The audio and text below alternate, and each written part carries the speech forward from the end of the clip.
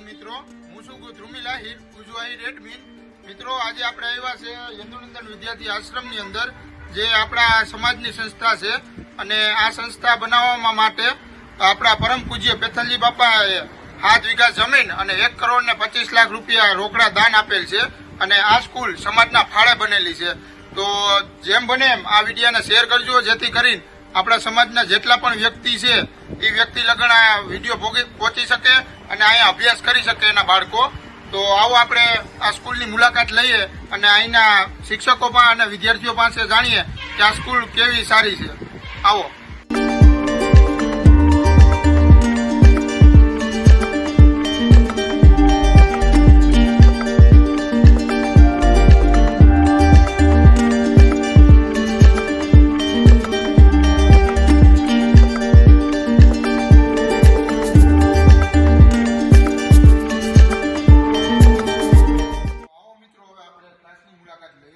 Class કેવા છે અને અહીંના શિક્ષકોને આપણે થોડીક જાણકારી લઈએ. આવો.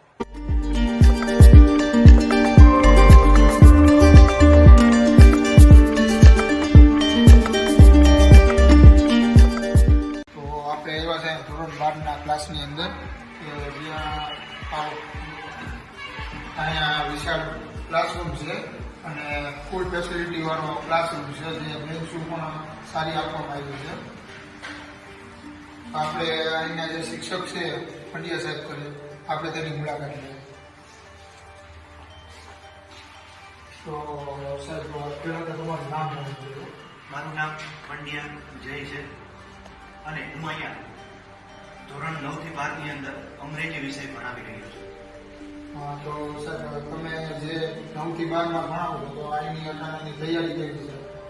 વિદ્યાર્થીઓ ખૂબ ઉત્સાહ સાથે હમણાં છેલ્લા 1-1.5 વર્ષથી કોરોનાના સમયની અંદર થોડું શાળાનું વાતાવરણ વિદ્યાર્થીઓને નહોતું, પરંતુ આ વર્ષે વ્યવસ્થિત રીતે વિદ્યાર્થીઓ આવી ગયા છે અને પોતાની રીતે ઉત્સાહપૂર્વક ધોરણ 10 અને ધોરણ 12 ની ઉત્સાહપૂર્વક અત્યારે પરીક્ષાની તૈયારીઓમાં લાગી ગયા છે.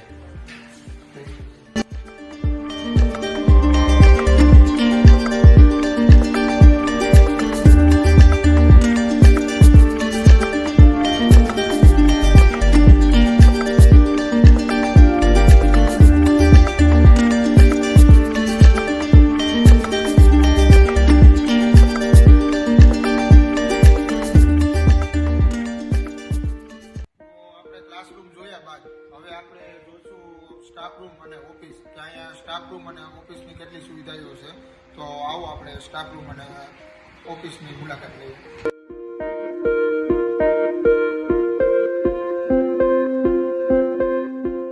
આ છે આ સંસ્થાનો સ્ટાફ રૂમ. તો આપણે જોઈએ આગળ, અને અહીંના જે શિક્ષકો છે તેની પાસેથી થોડીક માહિતી લઈએ.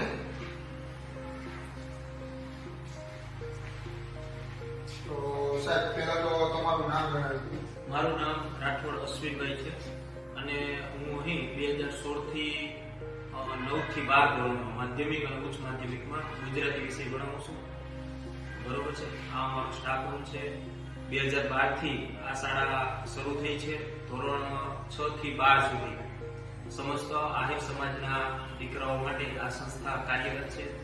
પેથલજીભાઈ નાથાભાઈ ચાવડા એ નામથી આપણી સંસ્થા ચાલી રહી છે. બાપુજીનું અહીં ખૂબ યોગદાન રહેલું છે. શાળાની અંદર બાળકો ખૂબ હોંશે હોંશે અહીં શિક્ષણ લઈ રહ્યા છે. સસ્તી ફીએ એક જાણવા જેવી વાત છે અહીં કે ટ્રસ્ટ દ્વારા આ સંચાલિત સંસ્થા છે. સૌથી ઓછી ફીએ ઉચ્ચ શિક્ષણ આપવામાં આવે છે. આ તમે જોઈ રહ્યા છો, આપણો વિશાળ સ્ટાફ રૂમ છે, વિશાળ બિલ્ડિંગ. બરોબર.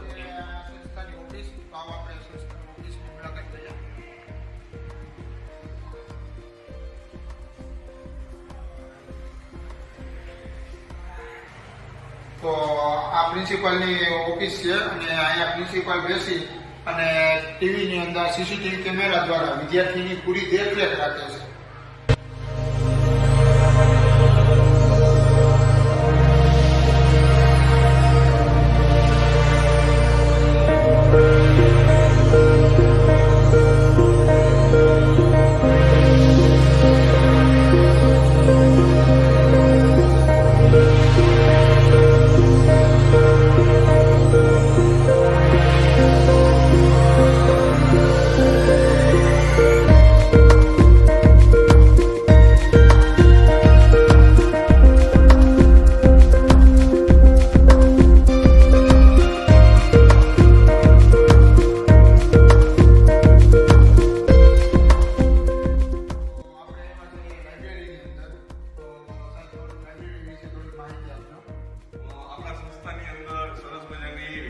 માટે અહીંયા ફ્રી ટાઈમની અંદર એટલે કે રિસેસ દરમિયાન અને અમુક ફ્રી તાસની અંદર થોડુંક વધારેનું અધ્યયન થાય તે માટેના થોડાક પુસ્તકો સાંસ્કૃતિક છે, ઐતિહાસિક છે અને ગુજરાતીના નાટકો બધું આપણી પાસે સમયસર બધું ઉપલબ્ધ છે. આ ઉપરાંત આપણા ઘણા બધા જે લવાજમો છે જેમ કે આહિર સંદેશ હોય, સફારી હોય, ધીંગામસ્તી હોય, યોજના, ઘણા બધા જંગલ્સ પણ આપણે ત્યાં આવે છે. એટલે કે વિદ્યાર્થી સરસ મજાનું ભણી શકે, વધારાનું નોલેજ પણ મેળવી શકે એ માટેની આપણે વ્યવસ્થા અહીંયા સંસ્થાએ સારી એવી કરી આપી છે.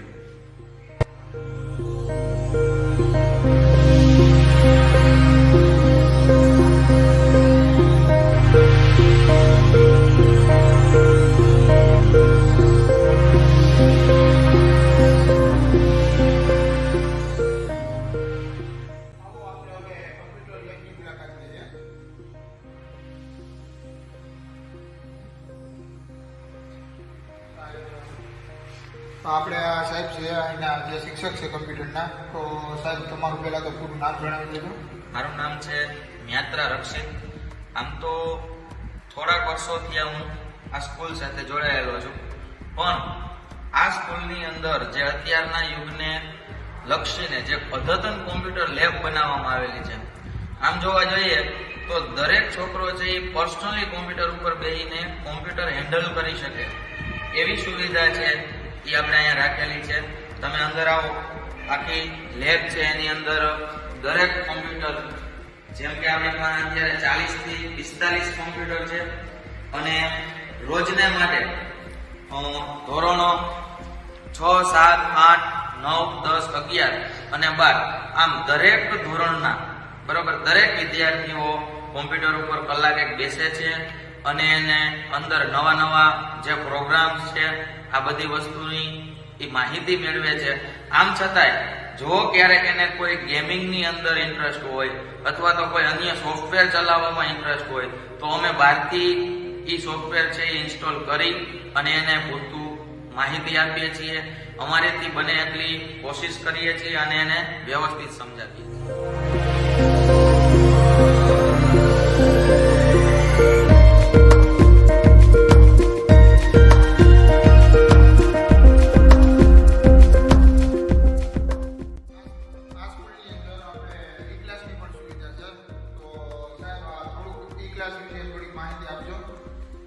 જેમ આપણે આગળ જોયું કે કોમ્પ્યુટર લેબ, લેબોરેટરી, એવી જ રીતે આપણી આ શાળાની અંદર એક વિશેષ સુવિધા કહેવાય. જેમ કે આપણે આ જમાના પ્રમાણે બાળકો છે એ જોઈને વધુ શીખે છે, એના માટે અત્યારે આપણે હાલની પરિસ્થિતિને ધ્યાને રાખી અને ઈ ક્લાસની એવી જબરદસ્ત સુવિધા લીધી છે, જેમાં 6 થી 12 ધોરણના દરેક ચેપ્ટર અને આ દરેક ચેપ્ટરનું ઈ ક્લાસ ઉપર મોનિટરિંગ દ્વારા એનું લેક્ચર મળશે અને આ લેક્ચરની અંદર પાછળથી એને ક્વિઝ આપવામાં આવશે.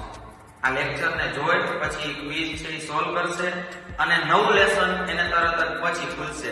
એટલે કે માર્કિંગ જેમ જેમ વધુ મળતા જાય એમ નવા નવા લેસન છે એની અંદર અપડેટ થતા જાય. ઈ ક્લાસની બીજી પણ એક સુવિધા છે કે જ્યારે આખો કોર્સ સંપૂર્ણ પૂર્ણ થઈ જાય ત્યારે જો કોઈ વિદ્યાર્થીને રિવિઝન કરવું હોય તો એનું અમે ટાઈમ ટેબલ બનાવીએ છીએ અને એ ટાઈમ ટેબલ પ્રમાણે દરેક વર્ગનો એક ફિક્સ વાર હોય છે. આ વારે એના વારો આવે છે. આ વારા દરમિયાન ઈ કોઈ પણ વિષયના ચેપ્ટરનું રિવિઝન આ ઈ ક્લાસના માધ્યમથી કરી.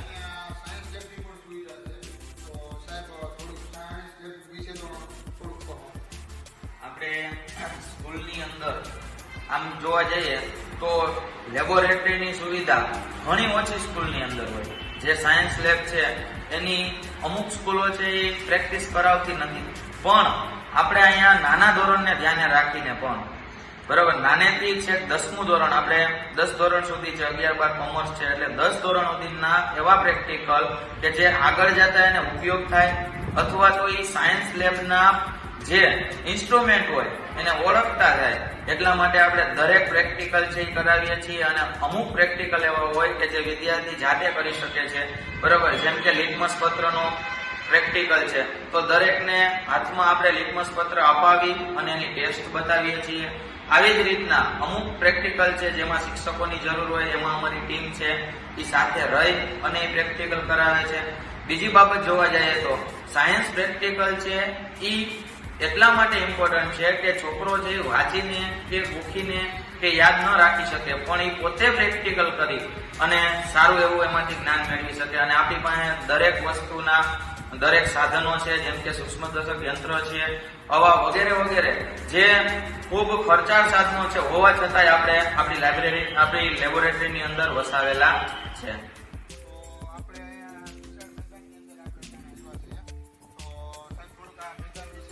સ્પોર્ટના વિશે થોડીક માહિતી આપજો.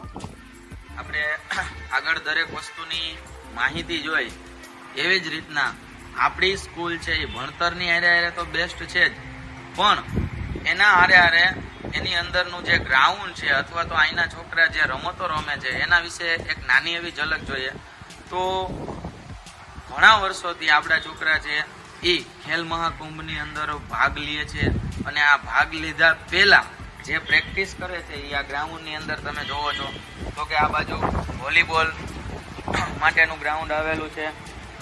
ક્રિકેટ તો ડેઈલી રમે છે છોકરા જ્યારે એનો ફ્રી ટાઈમ હોય અથવા તો રમવાનો ટાઈમ હોય ત્યારે. આવી જ રીતે આપણે કબડ્ડીનું ગ્રાઉન્ડ, પછી ખોખોનું ગ્રાઉન્ડ, દરેક પોલ લગાવી અને આપણે વ્યવસ્થિત રીતે એ ગોઠવણી કરીએ છીએ. અને દરેક શિક્ષકો જ છે એ પોતે ટીમ બનાવી એમાં પાર્ટિસિપેટ કરે છે. પાર્ટિસિપેટ કરીને જાતે રમી અને છોકરાઓને ટૂંકમાં એના નિયમોનું પાલન કરાવે અને નિયમો શીખવે છે. તો આવી વગેરે રમતો છે એ આપણે મેદાનની અંદર રમાડીએ છીએ અને વારંવાર એની સ્પર્ધાઓ પણ એનું આયોજન કરીએ છીએ.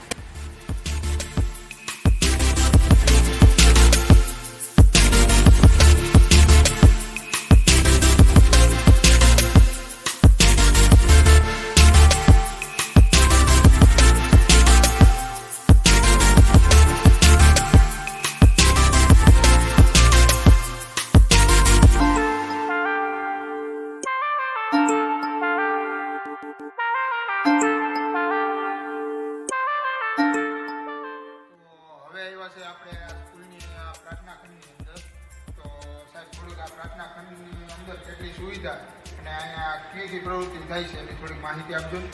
આ પ્રાર્થના ખંડ છે એ ખૂબ વિશાળ છે અને ઓછામાં ઓછા આપણે અહીંયા 700-800 વિદ્યાર્થીઓને બેસાડી શકીએ એમ છીએ.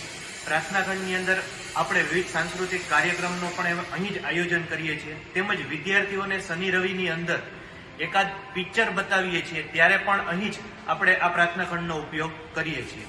અને સાહેબ અહીંયા સાંસ્કૃતિક કાર્યક્રમ પણ થતા છે? હા, સાંસ્કૃતિક કાર્યક્રમ પણ તેમજ વિવિધ અમારા સાંસ્કૃતિક કાર્યક્રમ તેમજ બાલ સભા પણ અમે દર શનિવારે રાખીએ છીએ. એ પણ અમે અહીં જ પ્રાર્થના ખંડની અંદર કરીએ છીએ.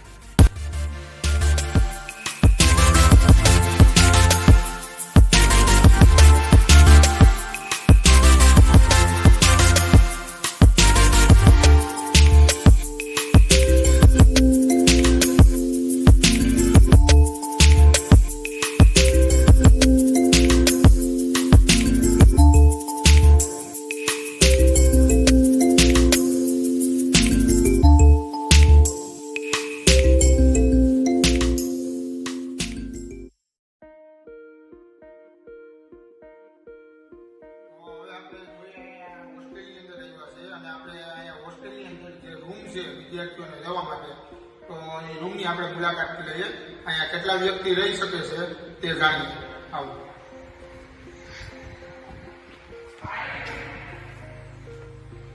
તો આ રૂમની અંદર 10 વિદ્યાર્થીઓ અહીંયા રહી શકે છે. તો આપણે 10 વ્યક્તિના ખાના જે એનો માલ સામાન રાખવા માટે જે લોકર આપ્યા છે એ પણ અહીંયા સુવિધા ઉપલબ્ધ છે. તો આપણે અહીંયા આ રૂમમાં રહેતો વિદ્યાર્થી એની પાસેથી જ આપણે જાણીએ. તો ભાઈ, તારું નામ શું છે? તારું નામ? મારું નામ મકવાણા દેવા દિનેશભાઈ છે. હું અહીંયા છેલ્લા 4 વર્ષથી અભ્યાસ કરું છું અને આ રૂમમાં અમને રહેવાની મજા આવે છે. અને હવા ઉજાસ માટે બારી ને પંખા ને બધી સુવિધા સારી છે. અમને સુવા માટે પલંગ ને ઓશિકા આપે છે અને અમારો સામાન રાખવા માટે પણ લોકર આપેલા છે. અને ભાઈ, અહીંયા તું કેટલા વાગ્યા લગન તમે રીડિંગ કરી શકો છો? અમે અહીંયા અમને જ્યારે રીડિંગ કરવાનું મન થાય ત્યારે રીડિંગ કરીએ. બાકીની રાતે 8:30 થી 10:30 લાગીના 2 કલાકની રીડિંગ કરવાની હોય છે. અહીંયા તમને આ રૂમની અંદર રહેવાની મજા આવે છે? હા, અમને મજા બહુ જ આવે છે અને હવામાં ઉજાસ માટે બારીને લોકર પણ છે.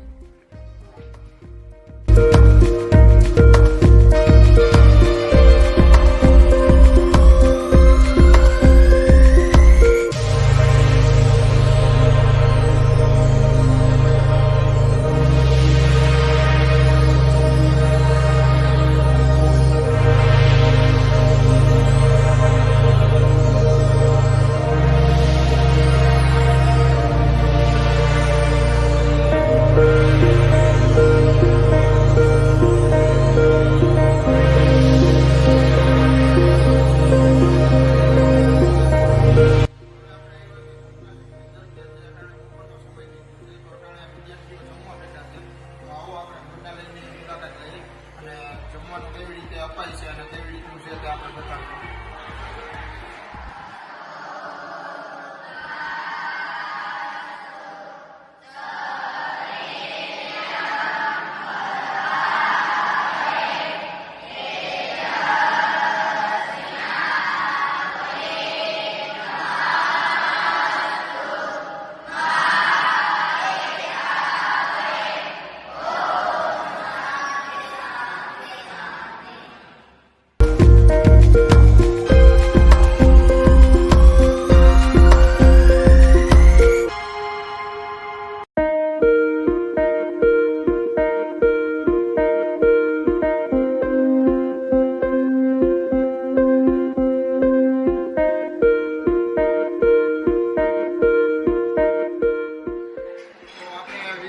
ભાઈને પૂછીએ કે અહીંયા જમવાનું કેવું છે.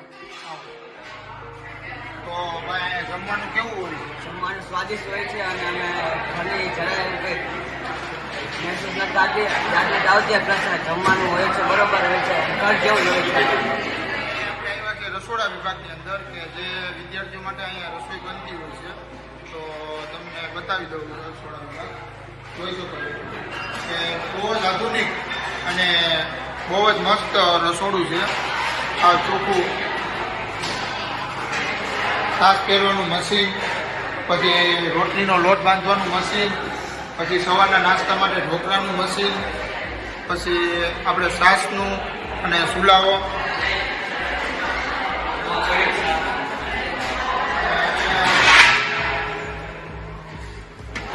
ઘરથી પણ સારું એવું શાક અહીંયા મળે બનાવે છે આ લોકો. આપણે વિદ્યાર્થીઓના મોઢે જ આપણે સાંભળેલું છે. દાળ હવે આવ્યા છે આપણે ધોબીઘાટની અંદર કે જે અહીંયા વિદ્યાર્થીઓ છે તેને કપડાં અહીંથી નથી ધોવા પડતા, પણ અહીંયા એક ધોબીઘાટ બનાવેલો છે. તે ધોબી આવી અને અહીંયા કપડાં ધુવે છે અને સામે કપડાં સૂકવે છે. કે જે વિદ્યાર્થીઓને બહુ જ સરળ સારું કહેવાય કે અહીંયા કપડાં ધોવા પડતા નથી.